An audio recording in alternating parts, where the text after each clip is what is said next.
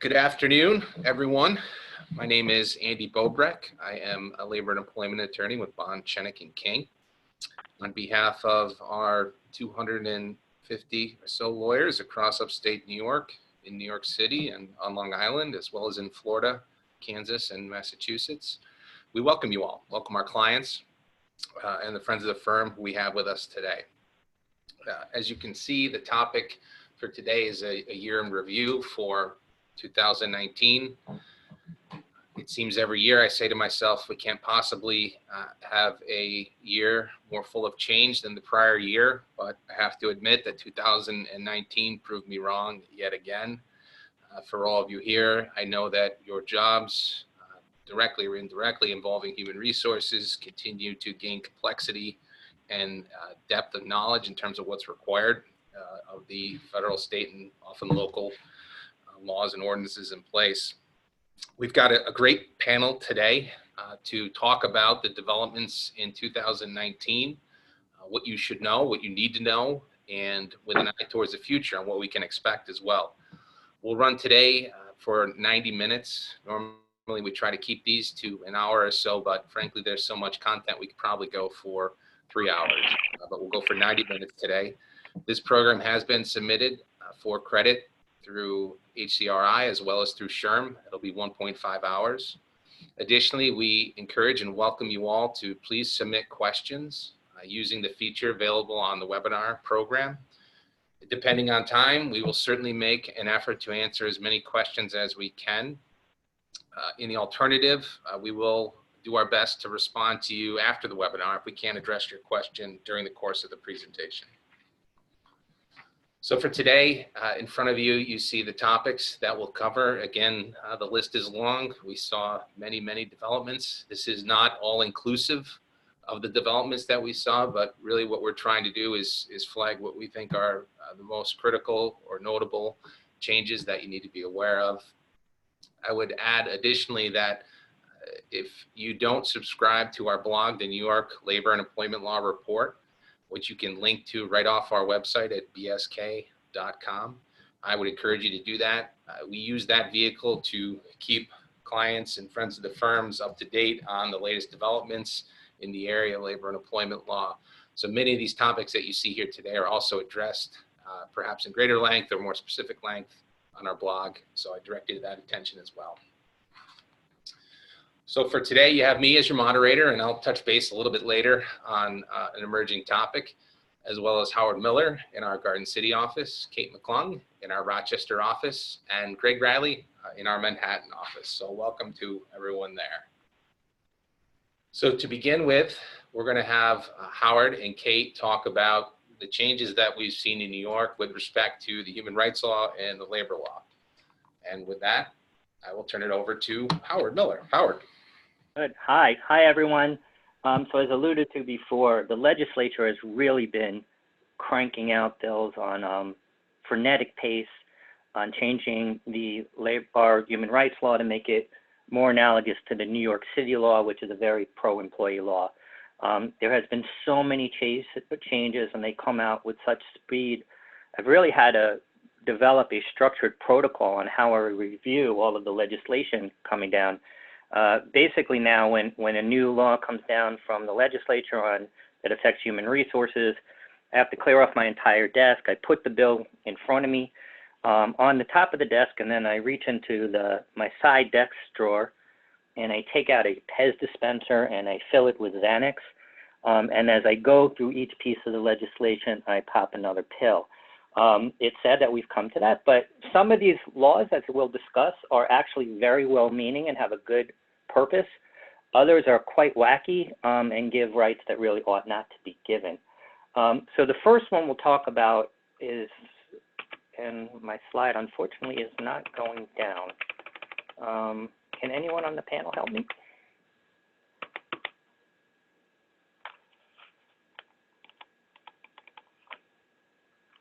Okay, here we go. And it amends the definition of race.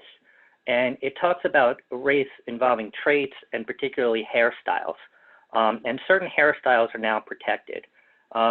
Why is this coming about? And on the next slide, we'll talk about protections for religious attire. And a lot of this comes out of the retail and banking industry. The reason is that there's a perception that customers and clients of an organization will have certain preconceived notions about what somebody ought to be, what they ought to look like when they're coming into a store, when they're coming into a bank, when they're coming into a law firm, and seeing on the other side. For example, if I throw out the word lawyer to you, what image pops in your mind, other than the image of someone holding a pitchfork surrounded by fire? I think for me, my earliest formulations of what a lawyer looked like started in childhood. When my parents would bring a lawyer over, a friend of theirs, they would all typically look the same. They'd be someone wearing kind of a drabby gray suit, having huge bags under their eyes, looking pale and pasty. Looks like they haven't seen the sun in eons. And that was when I was growing up in Miami, actually, like that. But fortunately, lawyers no longer just look like that. They reflect our broad culture. And there has been some discrimination that has gone on because of this fear that customers will view people a certain way. I've actually had a fair amount of cases involving hairstyles and hair salons, defending hair salons. I don't know why that is, why these cases land on my desk. For me, the only thing I know about hairstyle is that before I go to bed every night, I pray that the next morning I will still have hair to style. But again, one of the cases I had, for example, the allegation was that the salon wanted all the young, pretty women to have the front stations, and were shifting all the older employees to the back. Why? They wanted, when people pass by, to see what they thought their consumers would want to see. I am defending a case now involving a well-known restaurant in New York City. The allegation is that new management came over, and they want all of the food service providers, all of the bartenders and the waitresses and the waitstaff, to have a, quote, Hamptons look. And what does that mean by that? Young, pretty, blonde women. That is the allegation. I would submit to you it's not true. But that's where an employer, let's say it was true, can get themselves into trouble by having that stereotype, enforcing that stereotype, and saying, well, if you have braided hair, if you have cornrows, you can't work here. We have another case in the firm involving men's retail, and the allegation, again, is just an allegation, is that all the sales associates at this store are to look like they fell out of the pages of GQ. They're all to have model looks and to have flawless physiques. And that is meant certain people will not get hired by this company. Now, I have to say, if that were true, I would not be frequenting this store. I would not want my sales associate to look like a GQ person, like a model. I would not want to spend a lot of money at a store knowing that when I walk out, I will never look as good in the clothes as the person who sold it to me. I would rather my sales associate be the kind of dude who washes down a box of Twinkies with a six-pack of Bud. But that's just me. But anyway, this is where companies are running into problems. There is a case where the New York, and it was just recently, where the New York City Commission on Human Rights issued a hefty fine and required training to, ironically, a hair salon for violating this analogous provision in the New York City human rights law, for discriminating against their employees for having braids and locks and also cornrowed hair. I'm going to go to the next slide.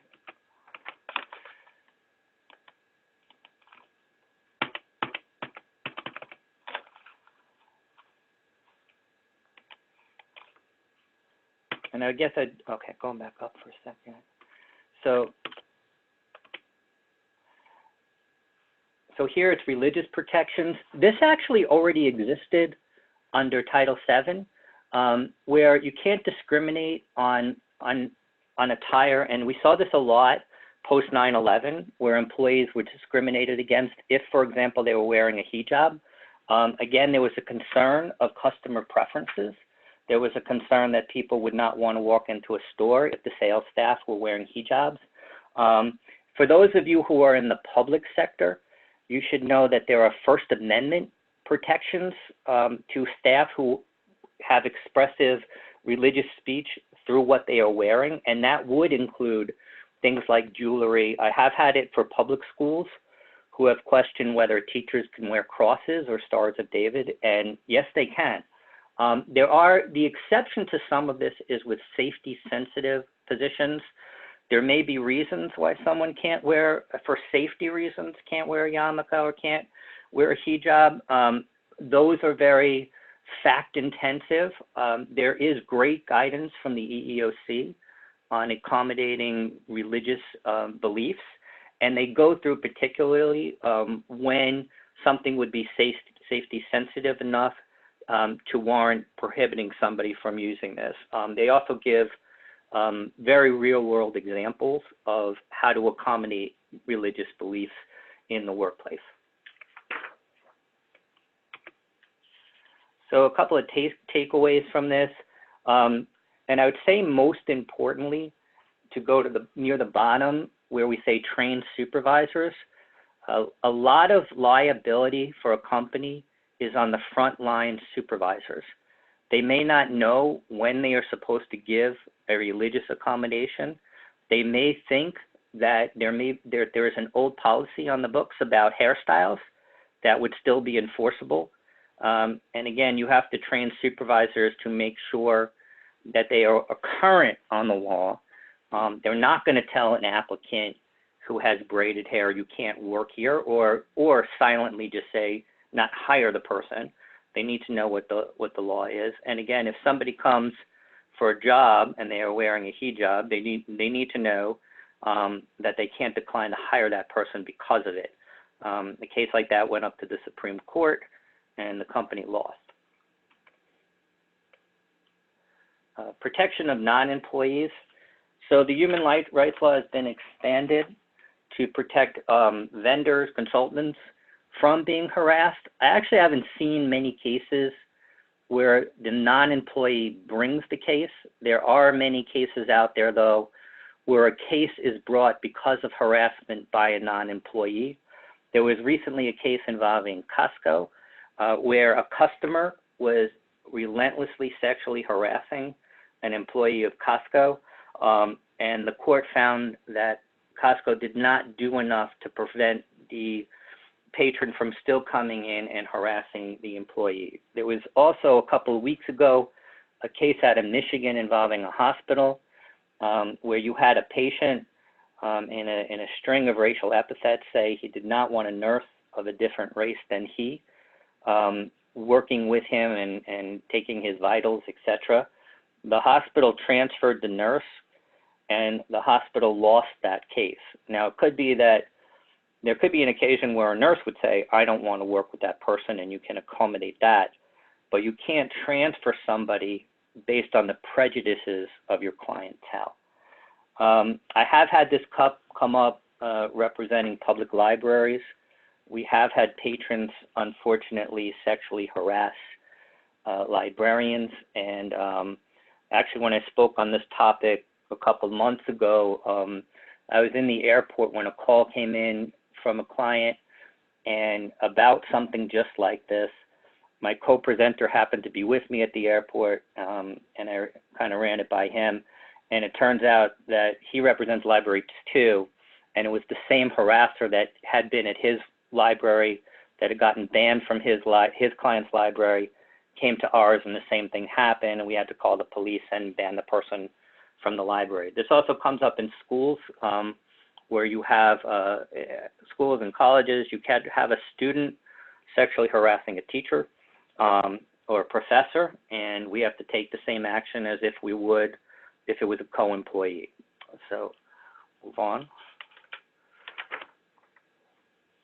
So the law has been changed regarding the standard for harassment. First of all, the statute of limitations has changed to up to 3 years now.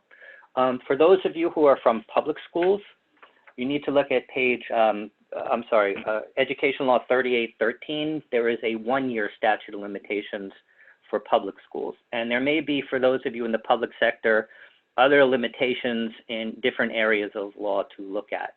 A couple of things about harassment for those of you, so many of you may already know there's two types of sexual harassment. There's the hostile environment and there's the quid pro quo sexual harassment. No, quid pro quo is not having to do with Ukraine aid or anything like that. That is the standard. We saw it with the Weinstein situation. You know, you want a part in a movie, you will have to sleep with me. You want a promotion, you will have to sleep with me. You want a raise, you will have to sleep with me. The other standard, the other is the hostile environment. That's where an employee is being, constantly bombarded with sexual comments, sexual touching, such as making it, their environment in which they work impossible to work in. It used to be, and it's still the standard under federal law, that you had to be subjected to severe or pervasive harassment in order for there to be liability. That bar was extremely high. For those of you who are interested, it's still the law in federal court. I can give you pages and pages of string citations where people were subjected to horrible harassment, and yet the courts were throwing out the cases saying it didn't meet the standard for severe and pervasive. So they've now lowered this bar, where it's really more of you're treated differently because of your gender. The same is true for racial harassment. It will come as a surprise to a lot of you. It used to be that, and it still is in federal court, that employees could be subject to racial epithets, but if those epithets were only sporadic, they would not be able to state a hostile environment claim. And that's certainly something as employers we wouldn't tolerate. But if the employee went to court, the employer would typically win those cases. Again, even horrible comments, and the employer would still win. There's another change, and that is that if an employee fails to make a complaint, that's no longer a bar to the claim. So many of you may have recalled the so-called Farragher defense that arises under Title VII.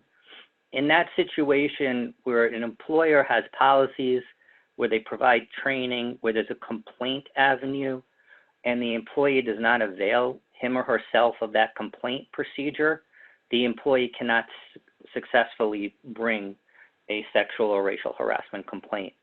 The Farragher defense in federal court has diminished a little bit. There have been some cases where the courts, in light of the Me Too era, have looked at it and said, there may be times where it's perfectly legitimate that an employee did not come forward and use your complaint procedure. And in doing so, they cited statistics from the EEOC that reveal that there is, like 3 out of 4 women in the workplace have been subjected to sexual harassment. And there may be a fallacy in believing that if you complain, something will come of it. And in the case where this came up, it's a Third Circuit case out in Pennsylvania. You had an employee who was being harassed by her supervisor.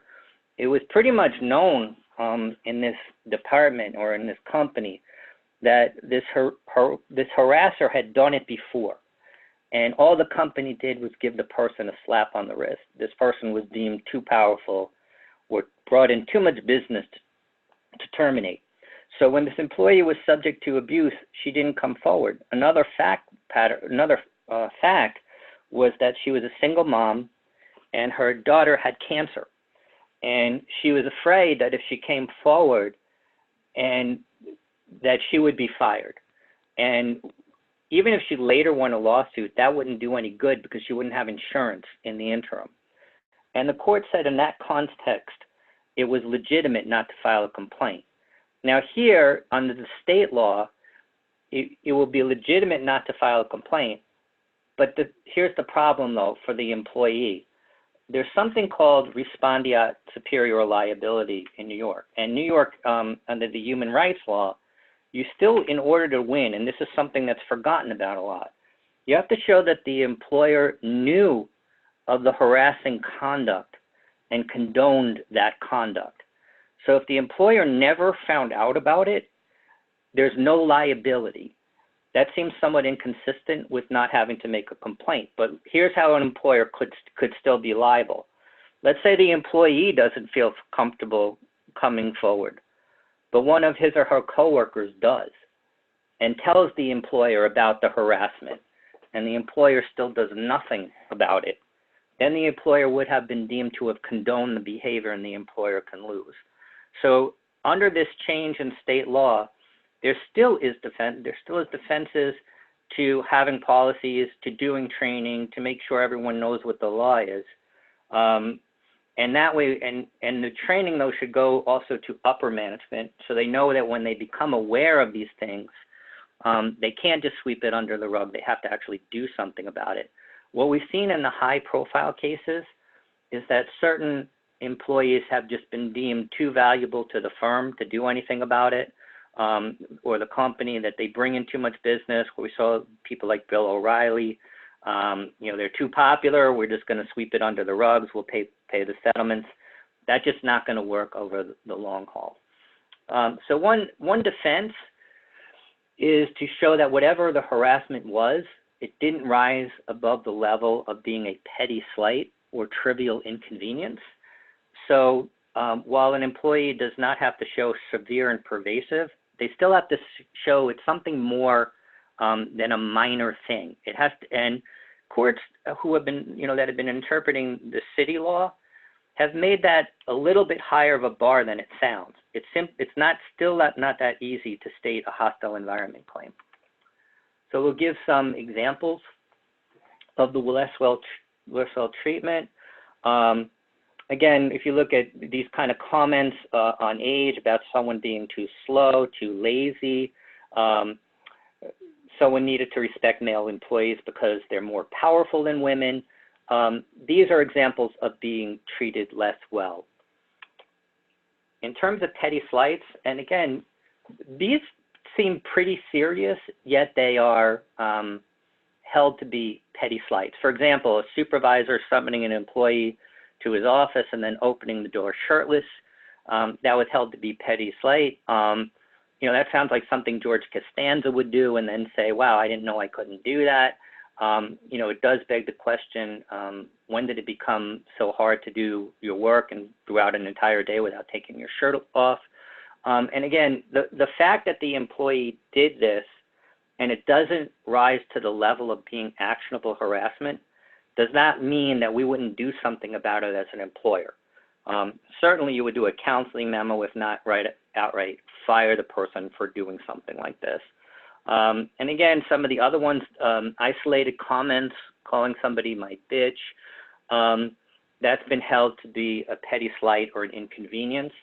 So again, the bar is still not that easy to meet. When we talk about training, one thing that's important to note about training, first of all, it's the most important thing you can do in terms of avoiding liability. But training need not be some sort of boring endeavor.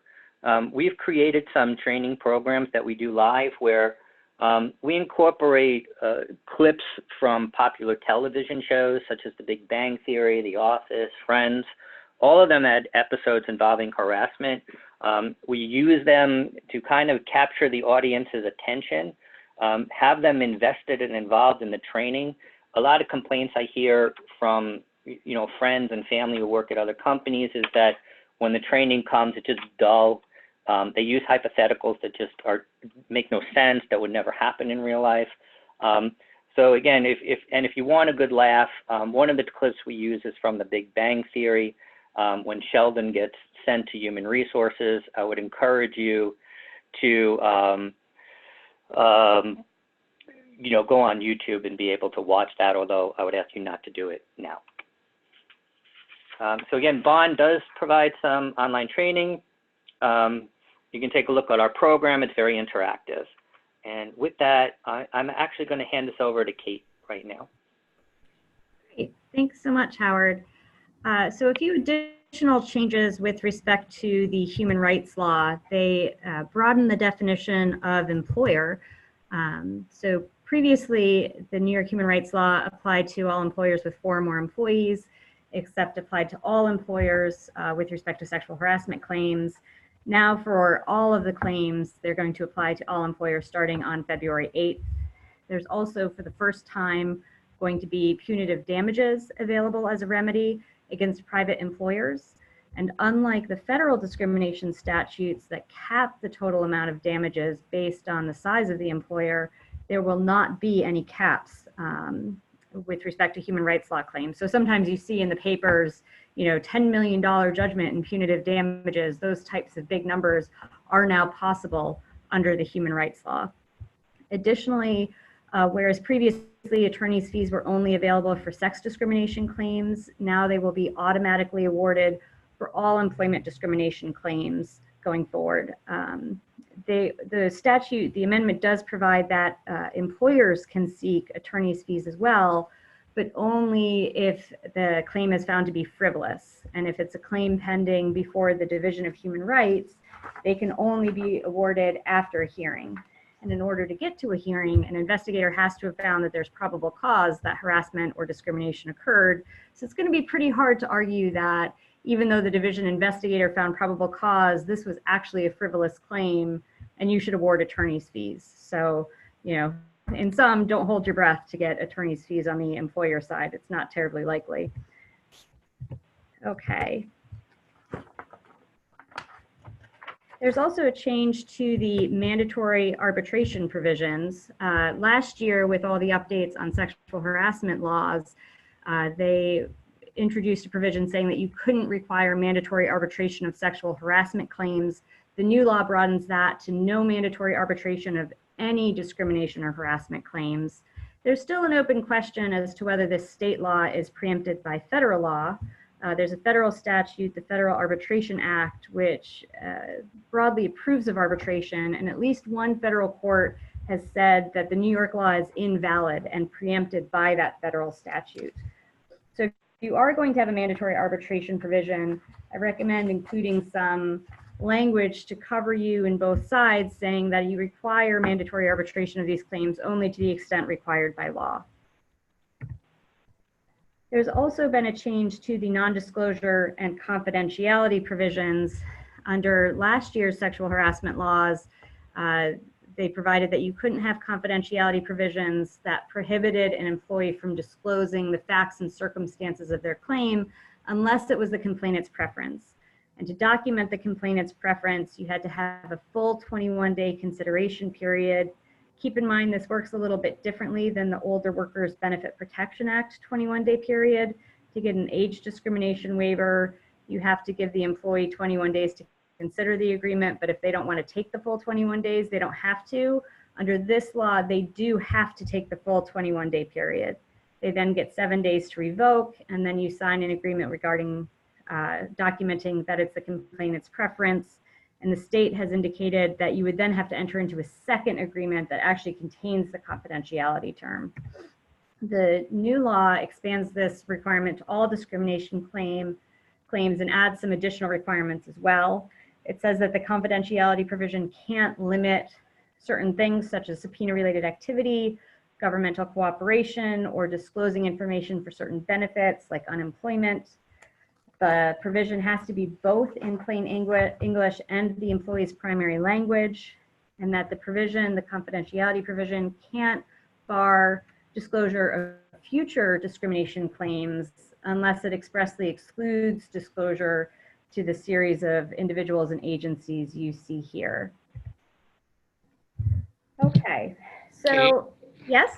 Just before we move on from that, on the last slide, Mm-hmm. I think we've talked before in the past, and one concern is that clients have or employers have a kind of stock separation agreement that they may use and just kind of pull off the shelf. And from what you're saying, it seems pretty clear that you're going to want to, as an employer, take a look at that agreement and incorporate revisions to it, correct? Yes, absolutely. Any agreement that you have that has confidentiality provisions, including a stock severance agreement, or any agreement you have that has an arbitration provision, you're going to need to look at and make sure that it's in compliance with these new laws. That's a very good point. Okay, so another change that we have seen in New York is the passage of GENDA, the Gender Expression Non-Discrimination Act. There's been case law in the past indicating that gender identity was a protected category under the sex category, but it wasn't in the statute itself, and there was some debate about whether or not it was really covered by the human rights law. This new statute eliminates that debate. This is now a protected category, has the same status as any other protected categories. So again, you should look at your EEO policy or your non-discrimination policy and make sure that this is listed among your protected classes. Again, as with everything today, really want to educate your supervisors and managers about these changes. There have been so many changes in New York this year, and your managers and supervisors are your first line of defense in complying with the law. So you want to make sure they understand what the law is. Another change we've seen in the human rights law is with respect to domestic violence victims. They were already a protected category under the law. The law also now requires you to accommodate them and give them reasonable time off from work as an accommodation for any of the reasons that you see listed here. There is an undue hardship exception, and the statute specifically provides that in considering undue hardship, the division will consider the overall size of the employer and the type of the operation.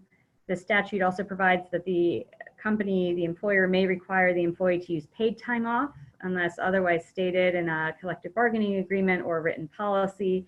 But if they don't have any paid time off, then you would still have to give them unpaid time as well.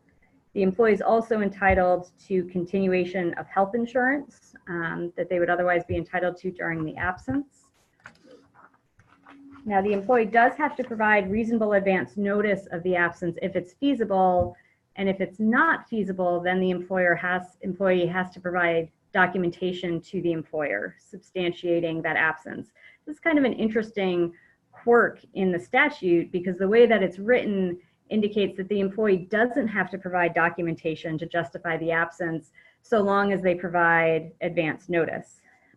So that's a bit unusual and certainly, creates the potential for some abuse of this type of leave.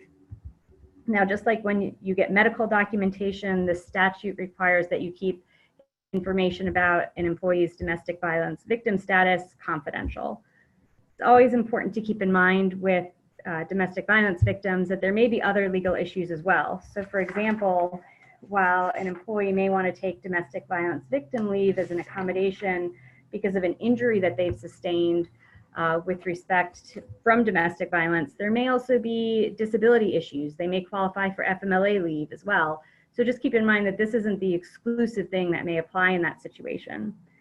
You also should update or create an accommodations policy or a domestic violence victim policy. And again, train your supervisors and managers so they know this is something that employees are entitled to ask for. A change that we've seen in the New York labor law this year is the protection of reproductive health decisions. This new law prohibits employers from discriminating against employees on this basis. It actually requires employers, if you provided a handbook to your employees, that you have to include in that handbook a notice of the rights and remedies under this statute. So keep that in mind as well. If you have a handbook and you haven't already updated it for this new law, you should do it right away. This law did take effect in November. And another change to the labor law, section 194A, all New York employers cannot ask for wage history from an applicant or a current employee. A current employee, obviously, that would come up if an employee is asking for just a raise in their current position or a promotion that comes with a raise. You can't ask for wage history from the current or former employer of the applicant or current employee or from their agent. So if they're using a recruiter or some other third party as part of that process, you can ask that third party for wage history as well. You can't rely on the wage history of an applicant in determining whether or not to offer them employment or in setting their wage level. You can't retaliate against an applicant or employee for complaining about any violations of this law or for failing to provide you wage history if you've asked when you weren't supposed to. And you can't refuse to interview, hire, promote someone based on their prior wage history.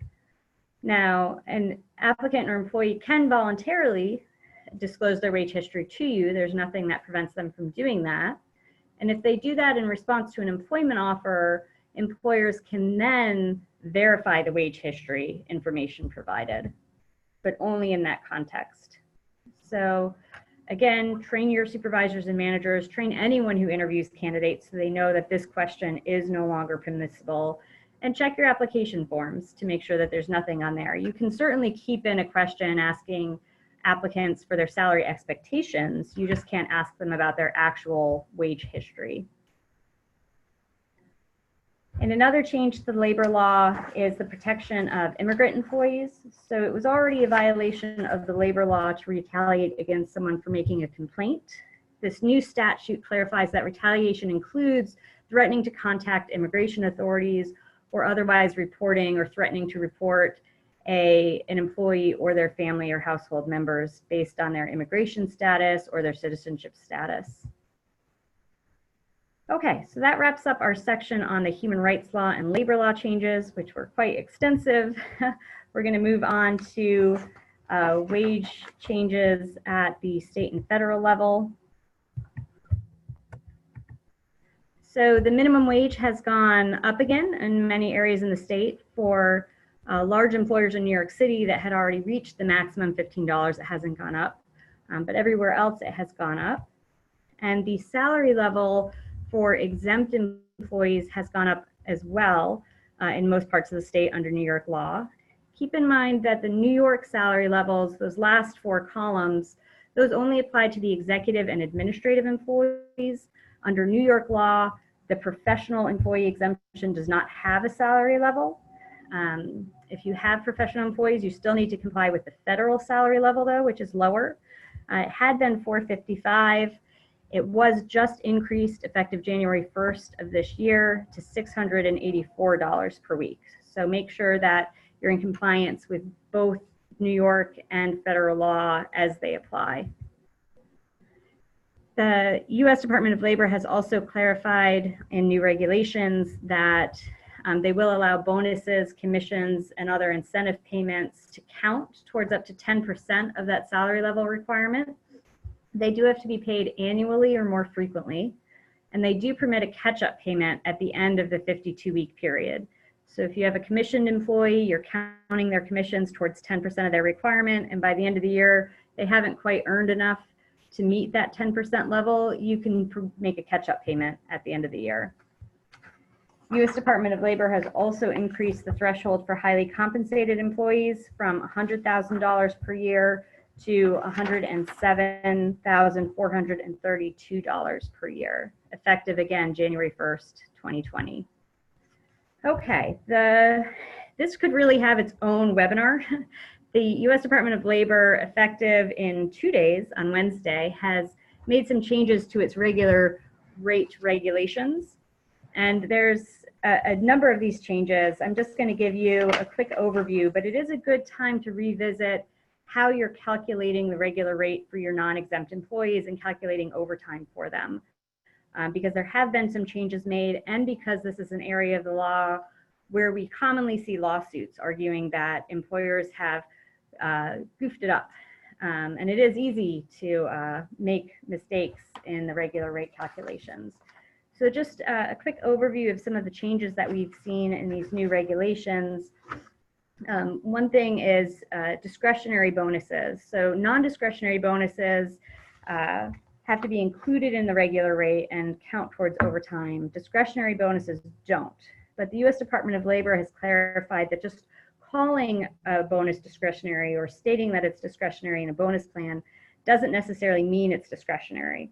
They're going to look at whether or not the bonus was announced to the employee in advance and whether or not it's calculated based on standard metrics such as hours worked, performance, revenue, profit. If those factors aren't met, then it's not going to be discretionary and you do have to include it in your regular rate calculation. Some examples that they gave of bonuses that would be discretionary are employee of the month bonuses, a one-off bonus to an employee for overcoming a challenging or stressful situation, a bonus to an employee who made unique efforts that weren't awarded based on pre-established criteria. Those sorts of things may be discretionary bonuses. Another issue addressed in the regulations is expense reimbursement. This is an area that we see a lot of lawsuits about, because if the U.S. Department of Labor has said that reimbursement of business expenses can be excluded from the regular rate if the amount is reasonably approximate to the actual expenses occurred. So if you reimburse at too low an amount, there's the potential that you're going to violate minimum wage requirements. If the reimbursement's too high, then the excess payment, the amount that it exceeds actual expenses, has to be included in the regular rate, and you're going to owe overtime. So the Department of Labor provided some useful clarifications on a few issues here. They indicated that the reimbursement of cell phone costs, organizational membership dues, and credentialing exam fees can be excluded from the regular rate as long as it's the actual cost. They've also indicated that for travel expenses, if the employer relies on the federal travel regulation or the IRS rates, then there's going to be a presumption that you're in compliance with the FLSA. Okay, another issue that came up in the regulations is wellness programs, and the U.S. Department of Labor did clarify that the cost of most wellness programs are not going to be included in the regular rate, such as tuition reimbursement for employees or their family members, student loan repayment programs, discounts of online courses or continuing ed programs. So again, I could talk for about 45 minutes just about these changes to the regular rate requirements, but it is a good time to revisit how you're doing it and make sure that you are in compliance. Okay, and one last quick update on the FMLA. The Ninth Circuit has ruled that employees have the right to defer FMLA leave and utilize other time instead. So if an employee wants to use their vacation time and then take FMLA, they have the right to do that according to the Ninth Circuit. The Ninth Circuit is the federal appellate court over on the Western Coast, so their decisions aren't binding in New York. But the U.S. Department of Labor this year issued an opinion letter disagreeing and finding that an employer cannot delay the designation of FMLA qualifying leave. This is an issue that very well may make its way to the Supreme Court. But until then, certainly in New York, where you're not governed by the Ninth Circuit, you do want to comply with the U.S. Department of Labor's view of things. And as soon as you find out that employee needs time off for an FMLA qualifying reason, you should issue the notice and proceed on that basis. So at this point, I'm going to turn it over to my colleague, Greg Riley, who's going to talk about equal pay claims and other class action developments. Thank you very much, Kate. Good to be with everyone this morning. Actually, it's afternoon now. New law. Well, it's a new revision of an existing law. First of all, just so to put it in context, there's a federal Equal Pay Act. It basically said, if somebody's doing the same job as another person, you can't pay them differently based on sex. And there shouldn't be a sexual differential. That federal law was, frankly, not a lot of litigation on it. New York State also had one of these Equal Pay Act laws. It's still in effect, but it's been revised now. But the New York law was pretty much similar to the federal law. Again, there was cases under there, and our firm handled some of them, but there weren't a ton of them because you really had a lot of defenses as an employer to create or to explain why a woman may be not getting paid as much as a man who's doing the same job. So New York's changed that. Effective October of last year, there's a new revised, broader protective state law, the New York revised, more protective New York Equal Pay Act. How is it broader? Well, first of all, the old law basically said equal pay was required for equal work on a job requiring equal skill or effort or responsibility. As I said, there were a lot of defenses to show that the employer has a good reason for the pay differential. The new law changed the standard, and it now requires equal pay for, and this is on the slide here, it says equal pay for, quote, substantially similar work when viewed as a composite of skill, effort, and responsibility and performed under similar working conditions, end quote. That, to me, is a very loaded quote. There's a lot of different factors in there that an employer may get hung up on if they're paying people differently who are doing substantially similar work. It's not very clear to me, and I think not very clear probably to many people, including the courts, or we'll have to see how it falls out. How is that definition going to be applied? In the law, whenever there's a lack of clarity or vagueness, that often results in litigation. So I would expect some litigation, in fact, probably a lot of litigation about it. But it clearly is an expansion of the employer's responsibilities. So they're changing the requirement for equal pay. They've broadened it. How broad? Hard to tell. The other thing is the former New York Equal Pay Act only applied to sex.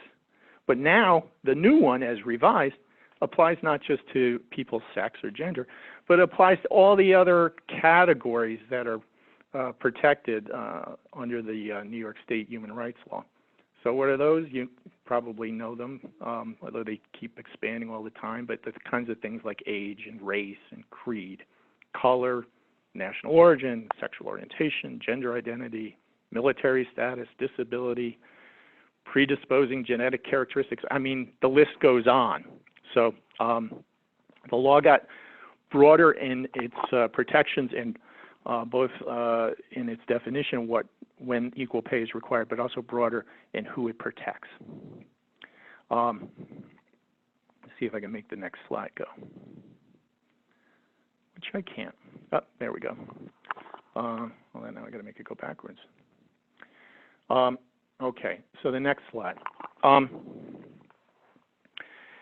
So it's an expansion of the Equal Pay Act, the original one, but there are defenses. The employer can have unequal pay amongst workers who are doing substantially similar work if they use one of these defenses, or they have a good reason under one of these defenses. A seniority system, that's self-evident. A merit system, things like performance reviews, that could be a rationale. A system that measures earnings by quantity or quality production, so some kind of empirical system. He produced more widgets than she did. That would be a fine defense to why a man may be getting paid more than a woman. And then the catch-all at the end here. Another basis for a pay differential could be a bona fide factor other than sex, such as education, training, or experience. But the bona fide factor other than sex has its limitations too, as said on this slide. It can't be based on or derived from a sex-based differential in compensation. What does that mean?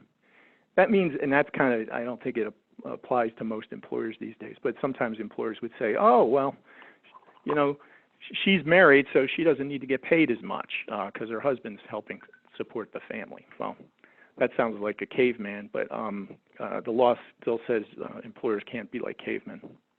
So that's good. The next one, bona fide factor other than sex. And by the way, it says on the slide other than sex, but it could be in all the other categories, race, sex, national origin, disability, what have you. But other category for a bona fide factor is job-related and consistent with business necessity. Well, what is that? Well, it could be lots of things. For instance, in some workplaces, this happens in higher education, a professor might come in and say, you know what, I have a job offer with another educational institution. They're going to pay me twice as much. Here's the offer letter. I'm going to leave unless you match it. Well, the business necessity may be that you have to match that, and that may explain why this professor is going to get paid more than the other professors because he or she negotiated for a better deal. So that could be a reason, but there's potentially other reasons as well. The one thing that's not clear what's consistent with business necessity, and I think this is important because it links into some of the stuff Kate was talking about earlier. But as you heard, there's this new law in New York now in effect that prohibits you from asking about salary history. And it's not clear. There's cases going both ways that say whether salary history would be a bona fide factor other than some protected category. So that's something employers have to bear in mind.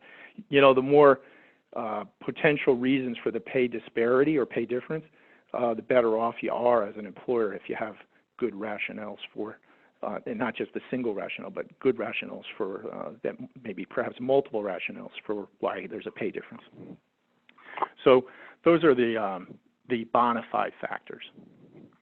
So that's all about what the new law says. What happens if you violate the new law? Well, it's pretty draconian. The new statute, as revised, has a 6-year statute of limitations. So the employer could be liable for 6 years worth of pay differential. If it's found to be a willful violation, up to 300% liquidated damages, which means basically the amount of the differential would be expanded to be triple the amount of the unpaid or lower pay that the employee received. Importantly, you get a successful plaintiff is entitled to their attorney's fees and prejudgment interest, which can be substantial considering the potential liability goes back 6 years. So those are all pretty good reasons for to be in compliance. All this stuff I was just saying, that applies to private sector employees in New York, but the governor not that long ago, on December 26th, signed a new law that also expands basically the same protections to public sector employees. So that's what's out there under the new law. What are the takeaways? Some things to think about. Employers should review their payroll and their benefits and compensation programs to figure out how are people getting paid that are doing substantially similar work. Is there good reasons for that pay differential? A lot of companies, especially larger ones, may actually give serious consideration hiring an expert economic firm, expert economist to come in and evaluate the pay and look at that so that they can get the benefit of third parties' opinion and analysis. There's companies that actually do this that we work with.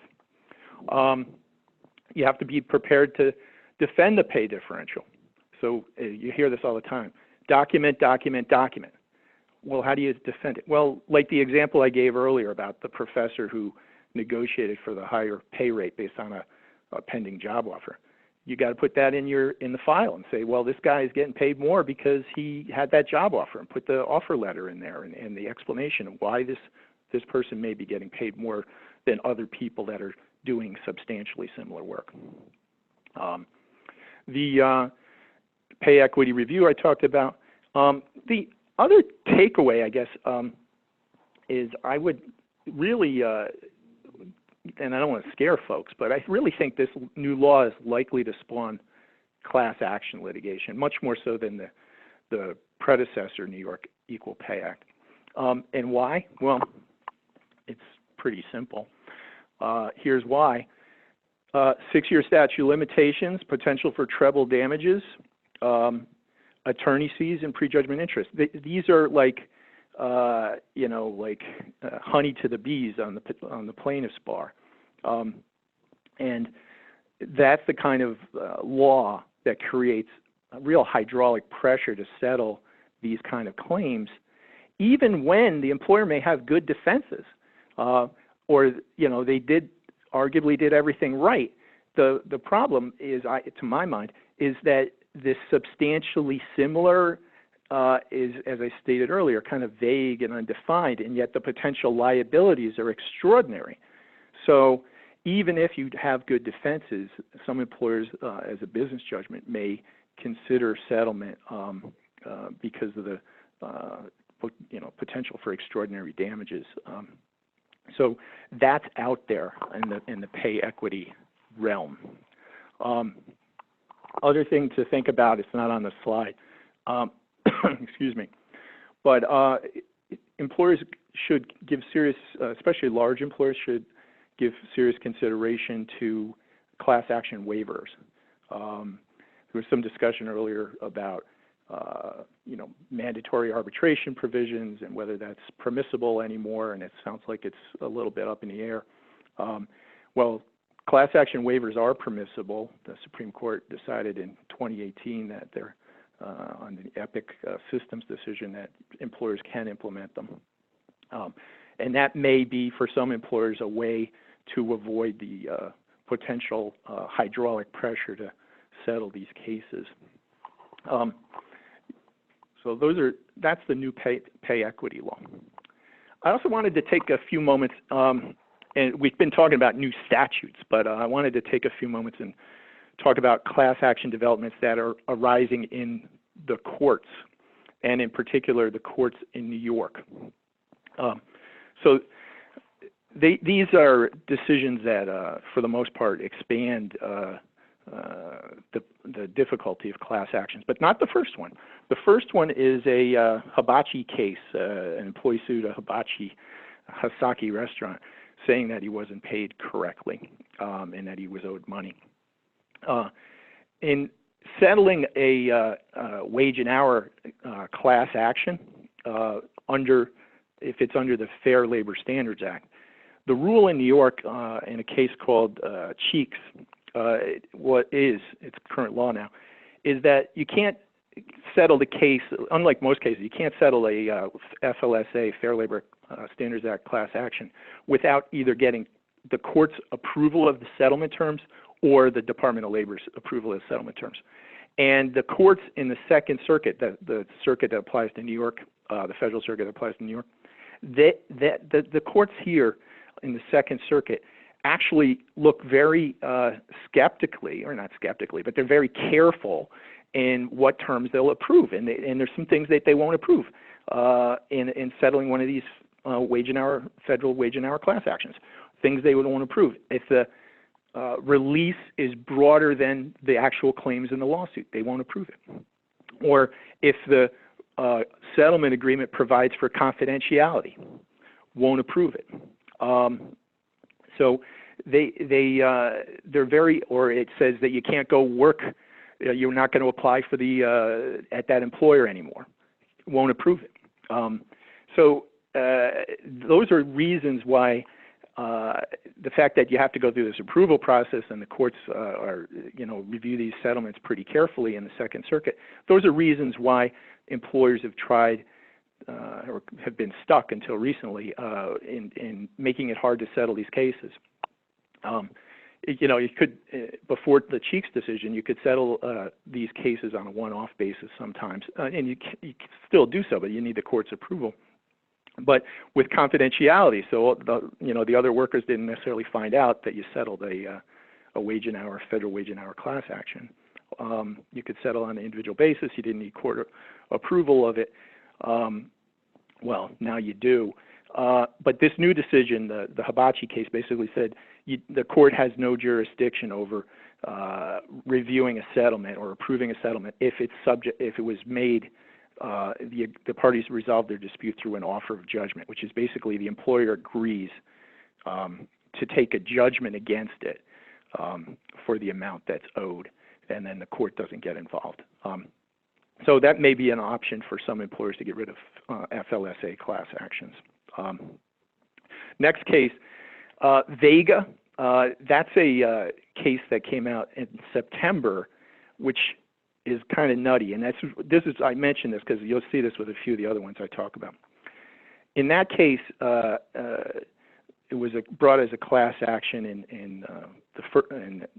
up in the Bronx, and it basically said that workers were manual workers. That was the claim of the plaintiffs, and that manual workers under New York State law must be paid on a weekly basis.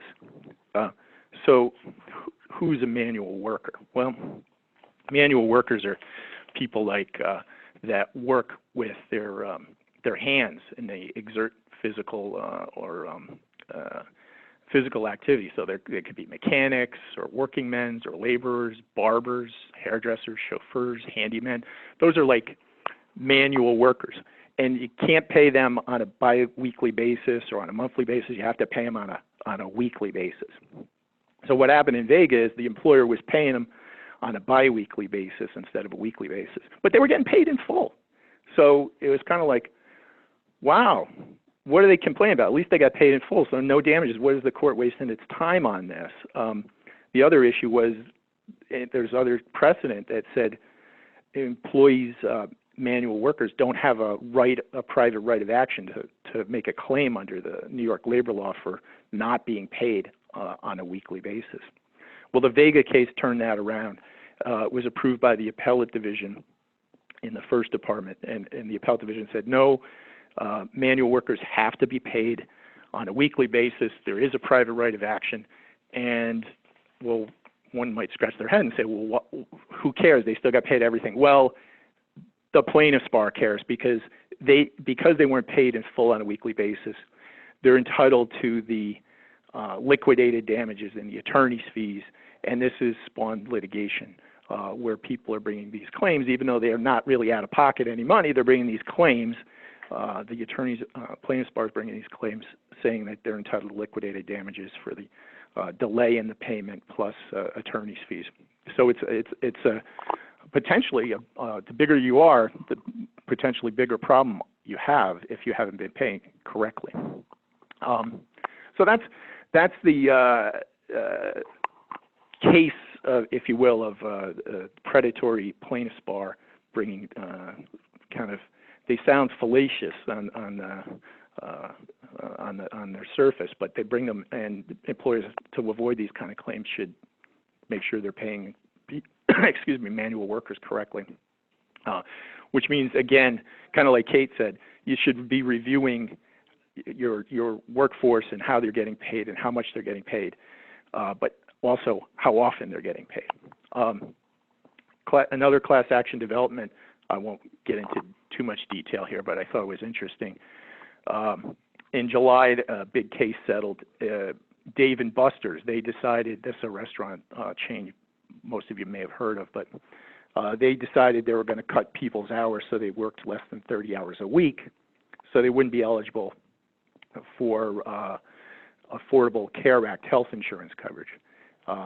And one of the managers explained why to one of the workers, say, we're cutting your pay because we figured out, we're cutting your hours because we figured out if we kept giving you so many hours, we'd have to put you on the insurance, and that created a $2 million liability, according to the manager. Well, that was direct evidence of, violating the ERISA, which says you can't discriminate based on benefits.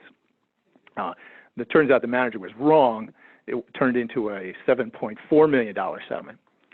The point of Dave & Buster's isn't, obviously don't violate ERISA, but the point is these class action settlements or class action liability, if it ever goes to trial, can be really large. And so, and I talk about hydraulic pressure, the amount of money that's probably owed to any individual worker in like the Hibachi case or in the Dave & Buster case is fairly small. But when you put in the liquidated damages, the attorney's fees, and the 6 years of liability, and you make it across the board for perhaps hundreds, if not thousands of workers, these can sometimes be bet the company cases where the company could go out of business based on a mistaken application of the law.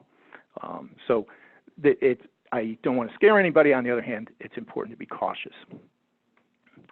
Okay. One other thing I'd say about class action developments, and this isn't exactly an employment thing, but I put it in here to because I think it's instructive. But American Disabilities with Act, as you know, prohibits discrimination on the basis of disability for employees. But there's another section of the ADA, Title III, which requires that places of public accommodation, like restaurants, movie theaters, office buildings, anywhere the public is invited, cannot discriminate on the basis of a disability. And there's a bunch of cases now that have come out. In fact, there's frankly, it's an epidemic of cases in New York where there are these cases where the people are saying that the restaurant or retail store is not accessible to the disabled. Website accessibility suits, the blind or visually impaired are saying that they can't access the website or the benefits of a website. Gift cards, there's cases that started coming out in November of last year where blind and visually impaired people saying gift cards that companies, restaurants may hand out, for instance, for free meals or gift cards for discounts, they have to be in Braille. That was the claim. Drive-through windows, that arguably discriminates against the blind and visually impaired. Anyway, the point is, there's a plaintiff's bar out there, this same cadre of lawyers who bring these cases, class actions for wage and hour claims, which is the most prevalent cases in the federal circuit right now, other than criminal matters. Federal wage and hour class and collective actions. They're clogging up the court. Well, the same cadre, the usual suspects of plaintiffs' lawyers who bring those claims are also bringing these Title III ADA claims. So something to be aware of. Class actions are out there. They're growing in popularity, and there's a hungry plaintiffs' bar that's out to try to leverage that into, I guess, putting their kids through college. So that's where I got, and I appreciate everyone's patience, and thank you. Thanks, Greg. So this is Andy back again. We want to talk a little bit about the National Labor Relations Board. Seen a lot of activity there in 2019. I think really the most activity that we've seen under President Trump. When I present on this topic, generally I make a point that it would be easier sometimes if there would just be two sets of laws, one set when the Democrats are in charge and another set when the Republicans are in charge, and we could just swap them in and out and at least have some predictability to what to expect in terms of the law. Maybe we're getting close to that point or closer to that point with these developments as we seem to be going back and forth. And that's probably the right analogy when it comes to the National Labor Relations Act and the NLRB. Think of a pendulum, and really that pendulum swings on the one end towards management and employers, and on the other end towards employees and unions. And perhaps more than any other body, the NLRB is a political entity, and thus the law is very sensitive to political changes. Under President Obama, we really saw the pendulum, of course, as expected, shift towards employees and unions in terms of the rulings and decisions that are made under the NLRA.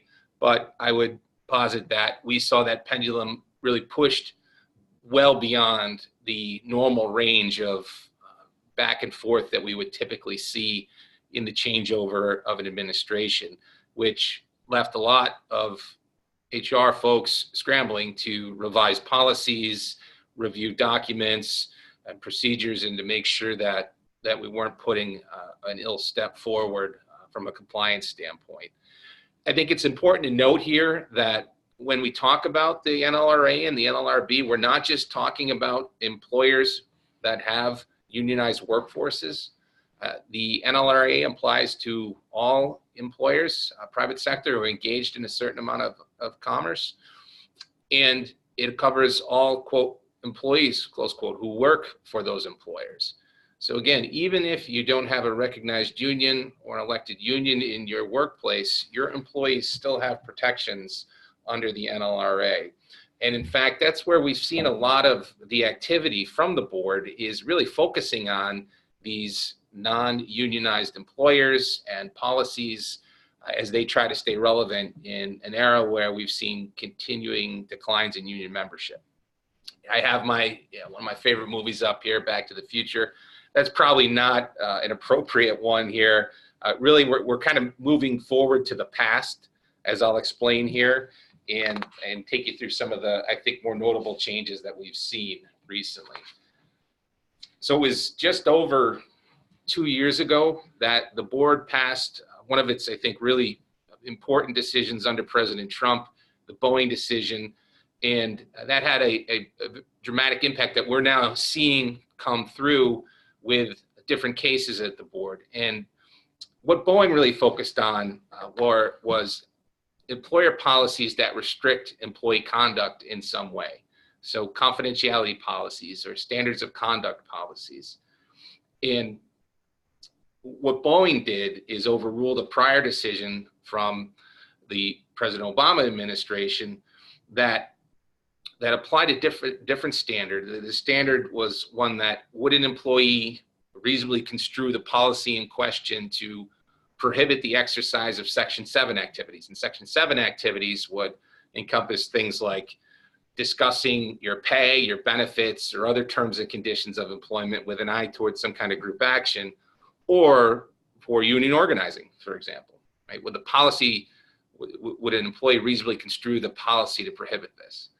And candidly, I don't think the board under President Obama gave employees a whole lot of credit because they found many long-standing, well-established policies nevertheless could be reasonably construed to impinge the exercise of Section 7 rights.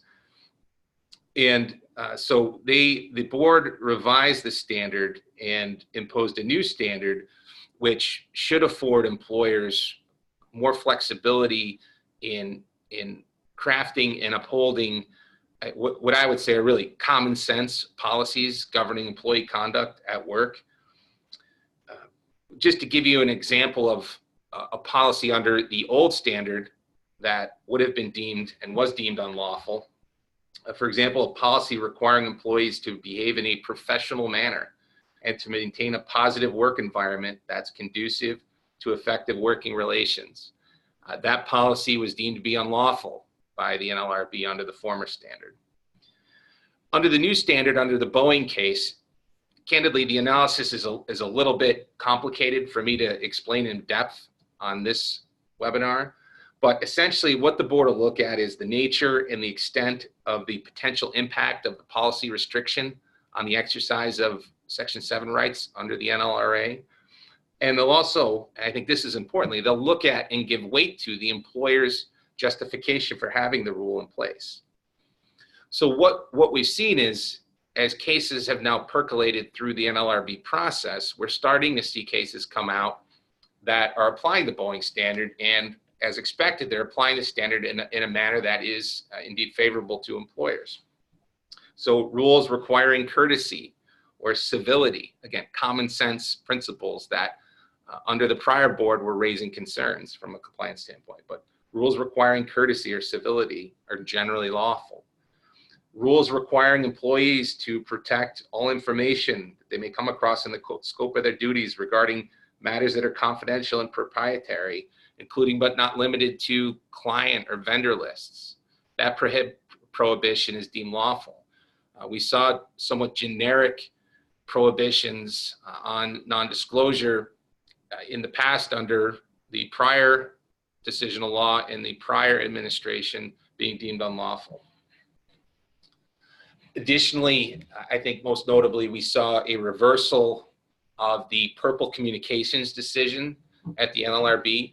You may recall the Purple Communications decision was really unprecedented at the board. It was enacted under President Obama's administration. And what it did is it created a presumptive right for employees who are afforded an email account for work purposes.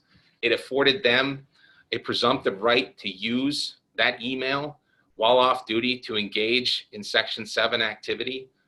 So again, for example, that would include talking about terms or conditions of employment or engaging in union organizing activity. It was really a significant game changer. I know for many, it required many employers to revisit and revise their policies dealing with IT and in particular email. The case that overruled Purple Communications was Caesars Entertainment.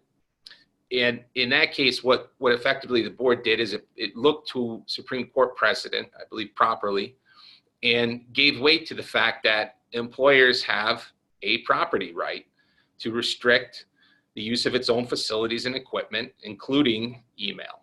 Right? They have this right. That is a presumptive right that they have. It's their equipment. They purchased it. They have a right to control that. So the board clearly held that they had that right, and moreover held that employees have no statutory right to use the employer's equipment, including its IT resources, for Section 7 purposes. So again, that's a clear, strong ruling for employers here that overrules the Purple Communications email holding. Now, there are some, what the board calls rare exceptions, where the email system or other IT infrastructure may be needed to be opened up to employees, where the employees don't have any other reasonable means to communicate with one another. There's law out there on what those reasonable means are or may be, not necessarily provided in the context of email, but there is some guidance out there. So again, this was a good development for employers. So just quickly on confidentiality and the union elections. So under the Obama administration, they enacted a decision called Banner Estrella. In that decision, in short, they prohibited employers from enacting any blanket investigation-wide confidentiality requirement on witnesses or others who they may interview. Rather, what the board required was that you needed to assess each witness on a case-by-case basis and determine whether or not imposing the confidentiality requirement would somehow affect the integrity of the investigation. Of course, all of that would have been conducted after the fact, right? That analysis, if you guessed wrong on that. So it really created a difficulty for employers in deciding how am I going to impose confidentiality and how strong do I feel about the importance of this confidentiality on the integrity of the investigation. The good news is that under in the case, it's apogee is the case. The board has held that is too burdensome of a standard. It's too imprecise, and frankly, it's not aligned with Supreme Court precedent. And instead, so long as the investigative confidentiality rules are limited to the duration of the investigation, they are generally going to be deemed lawful. So again, so long as you can impose a blanket-wide confidentiality restriction, according to the board, for so long as the course of the investigation is underway. If it extends beyond the investigation, then that's going to require more detailed scrutiny. And as employers, we need to be able, if we're going to require somebody to maintain confidentiality after completion of the investigation, we're going to need to be prepared to show why that's important. And we should also consider the potential impact on LRA rights. For the union elections, here, you may have heard before of the so-called quickie union elections. I'll spare you the details on this, but basically under a rule in 2015, President Obama and his administration and the NLRB enacted rules which, in short, really streamlined the time for a union election to be conducted and imposed a number of hindrances on employers to defend its position and to engage in a campaign, if they so wished, to oppose the union election. Again, it really condensed the time period when employers would have the opportunity to communicate with their employees about their views on unionization and to engage in the usual campaign promotion. So what the board has done is just recently enacted rules that, in short, will return in some instances to the prior rules in terms of how elections will be conducted, and at various stages will now provide employers with more time to respond to a petition with the rights that they had previously to request hearings over certain matters and to lay out their arguments in advance of the election that they have, both from a legal standpoint with the board, but also to afford them more time to do that with their employees to articulate their position. So again, good news from the board on that. Some other items here that I think are worth mentioning, none of these in huge detail necessarily, but these are all, I think, areas where we've seen decisions come out from the board that are pro-employer. In some cases, when you talk about the unilateral changes or the arbitration deferral, there you have the board returning to, or even the remittance of union dues, you have the board really returning to long-standing precedent. So the remittance of union dues, for example, what the law is now is, hey, if the duty of an employer to make union dues deductions and to forward those on to the union, that duty expires with expiration of the contract. There had been and that rule had been in place for years and years and years. And under the President Obama administration, they changed that. And so now we're reverting back to the original rule where that it says, hey, if the contract expires, you don't have that affirmative obligation to continue making the dues deductions and forwarding those on. On the arbitration deferral, what this is essentially is where we have a union contract and we've agreed to settle our disputes through a grievance and arbitration provision. And because, hey, it's effective, it's efficient, it's a good use of resources. And there's a lot of history in parties being able to do that in an effective way.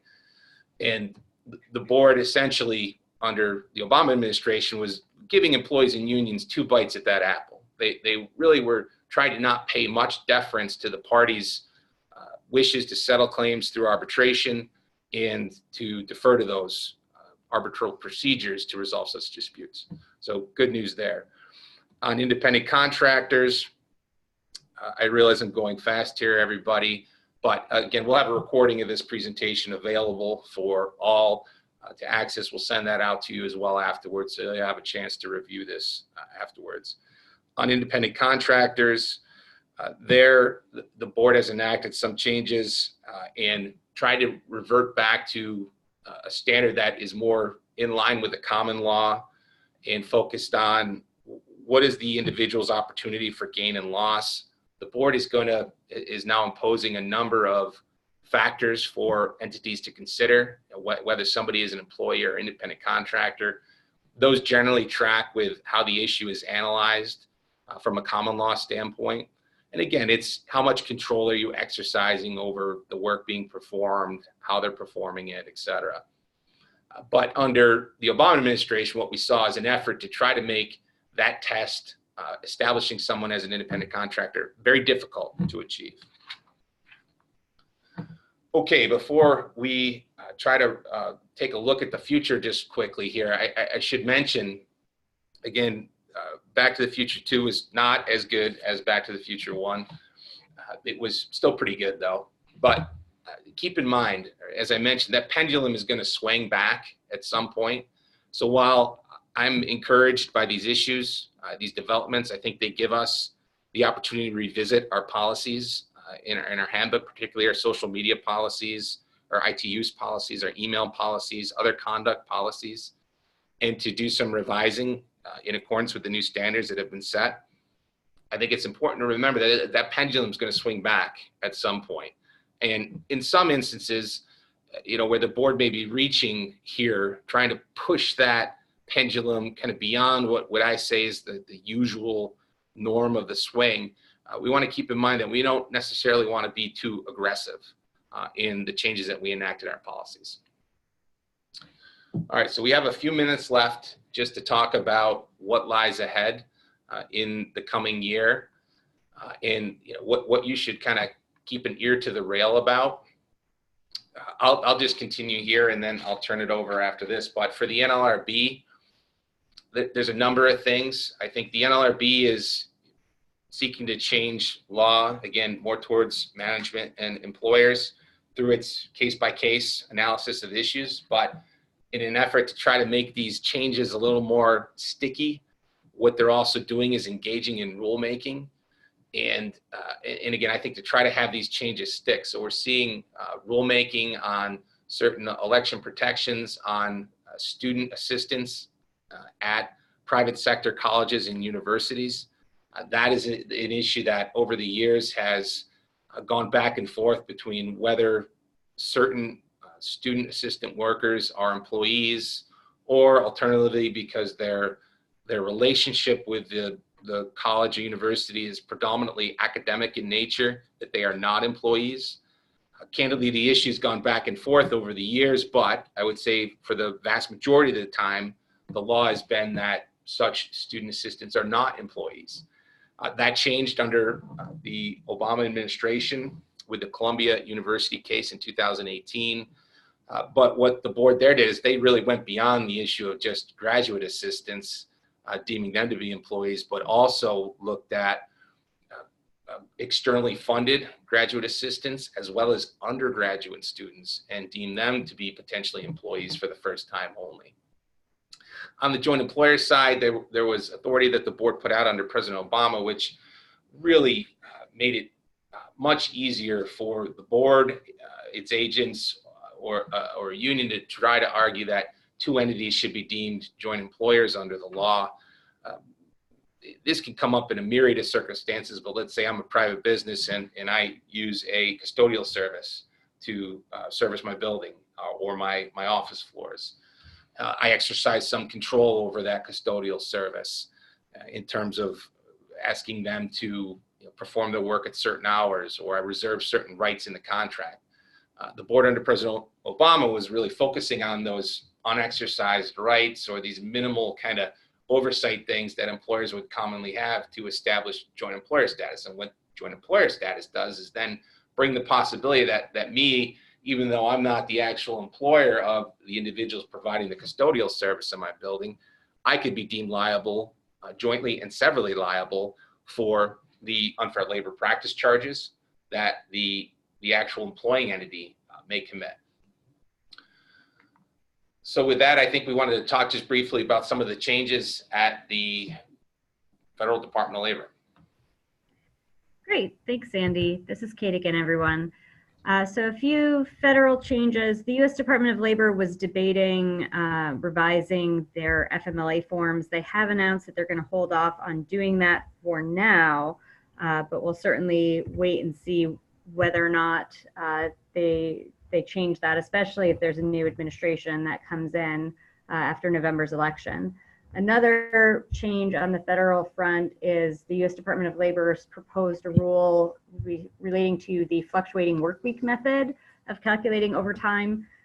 This is a method where you pay a non-exempt employee a fixed salary that doesn't vary depending on how many hours they work during the work week.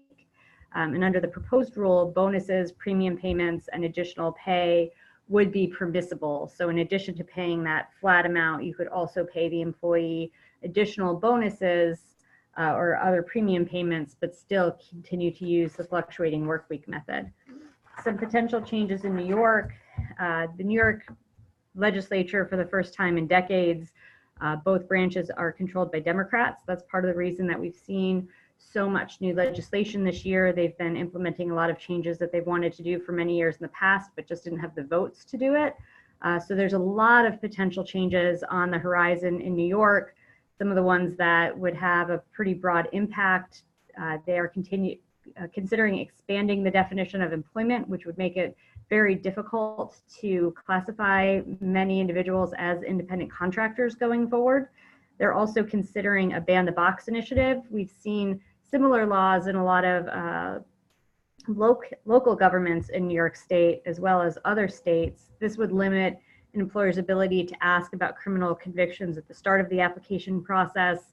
There's some different variations of this legislation. One, for example, wouldn't permit employers to ask about convictions until after making an offer of employment. So we'll wait and see on that one.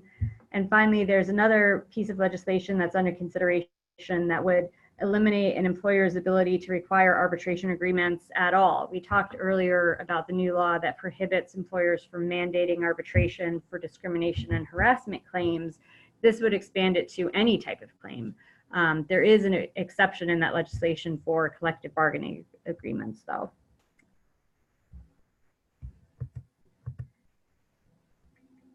So that is everything for On the Horizon. Thanks so much for coming, everybody. And we will be wrapping up. The presentation will be on our website. We've also included a link to our employment blog. You can subscribe to updates there, which is a great way to stay on top of changes as they occur. Great, thanks, Kate. So yeah, in front of you, you see the link to our blog. Again, it's a great resource to stay on top of what seems to be the never-ending stream of new developments in the labor and employment law arena.